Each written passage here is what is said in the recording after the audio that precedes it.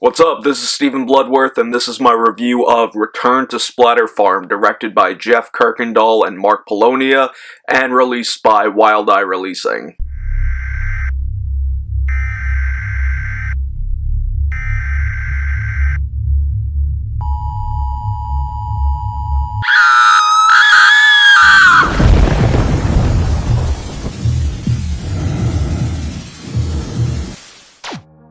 So if you've been following me for a while, you would know that Splatter Farm is one of my favorite shot-on-video horror films of all time. The film exposed me to the films of the Polonia brothers, Mark and John Polonia, and it also led to the friendship of me and Mark Polonia's son, Anthony Polonia. Kick-ass director and special effects artist, by the way. For years, ever since I saw Splatter Farm, I always wondered if there will ever be a Splatter Farm 2, or if there was a sequel, what would it look like? There was even a time years ago when me and Anthony were pitching ideas back and forth to each other on a potential Splatter Farm sequel. When I was talking to Anthony one day, he told me that Splatter Farm 2 was in the works, and I couldn't be more excited. For Return to Splatter Farm, Jeff Kirkendall, who has worked on several Polonia Brothers films, would take the director's chair alongside Mark Polonia. I was actually invited to come to the set of Return to Splatter Farm and work a little bit on the film, but unfortunately this is when I was going through a lot of stuff, and long story short, I did not make it. But anyway, I am proud to show and review the official DVD release of Return to Splatter Farm put out by Wild Eye Releasing. And I find it pretty appropriate for a distributor like Wild Eye to put this out because it definitely has that Wild Eye feel to the movie.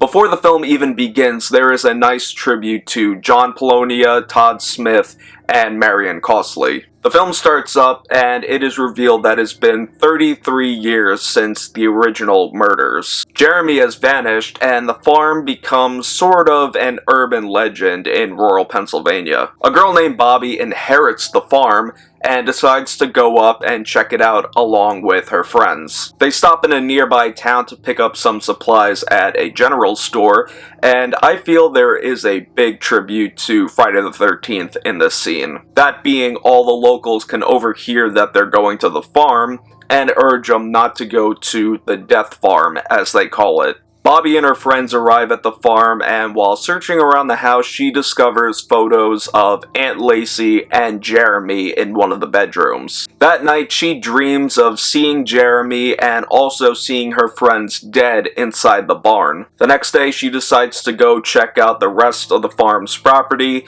and comes across some things you normally wouldn't find on a farm. That being old tents, blood-caked clothes, and even human remains. And of course, Jeremy begins killing once again. So that's the plot without me giving too much away. Now let's go into my overall thoughts on Return to Splatter Farm.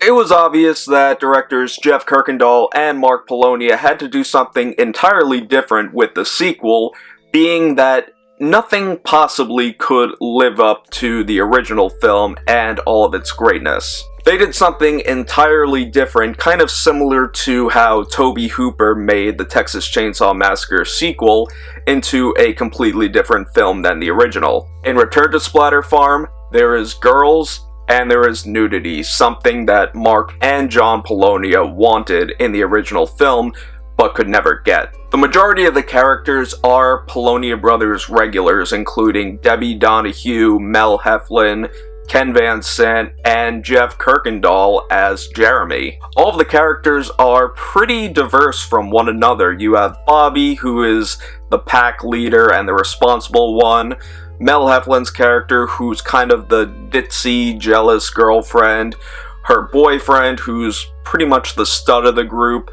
Bobby's other friend, who's an alcoholic, and their other friend, who's the dorky, nerdy, ride-along character. Jeremy is a little bit more quiet in this film, but I think in Return to Splatter Farm, he is a bit more menacing than in the original. He's bigger, he's stronger, and is definitely a lot more violent. The one thing I loved about this film is the scene where Ken Van Sant's character pretty much gives a backstory on the legend of Splatter Farm, and it cuts to a reenactment of scenes from the original film. The one thing I really wish we could have got with Return to Splatter Farm was a little backstory on why Jeremy is like this and why he likes killing. Yeah, maybe it's a little creepier not to know, but still, it would have been interesting. Who knows, maybe Jeff Kirkendall has a Splatter Farm prequel in the works. Jeff, Mark, Anthony, I hope you're watching this. The original Splatter Farm shows off great 80s gore,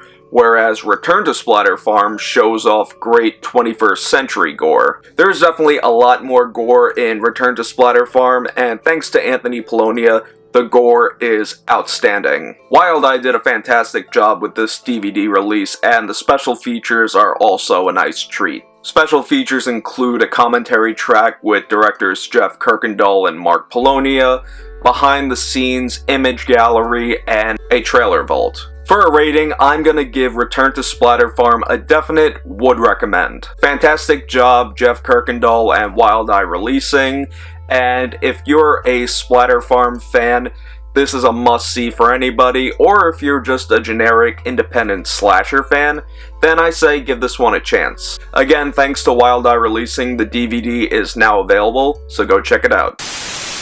So that's gonna do it for today, guys. Thank you so much for coming by and checking out this review. If you're new to my channel, definitely hit that subscribe button and stay tuned for all of my latest videos posted every Monday and Friday. And also make sure to follow me on social media, Facebook, Twitter, Instagram, to stay posted on what I'm doing behind the scenes of making these videos. Before you click off this video, don't forget to hit it with a thumbs up and leave me a comment down below saying if you've seen Return to Splatter Farm and what are your thoughts on it. Until next time, take care and stay scared.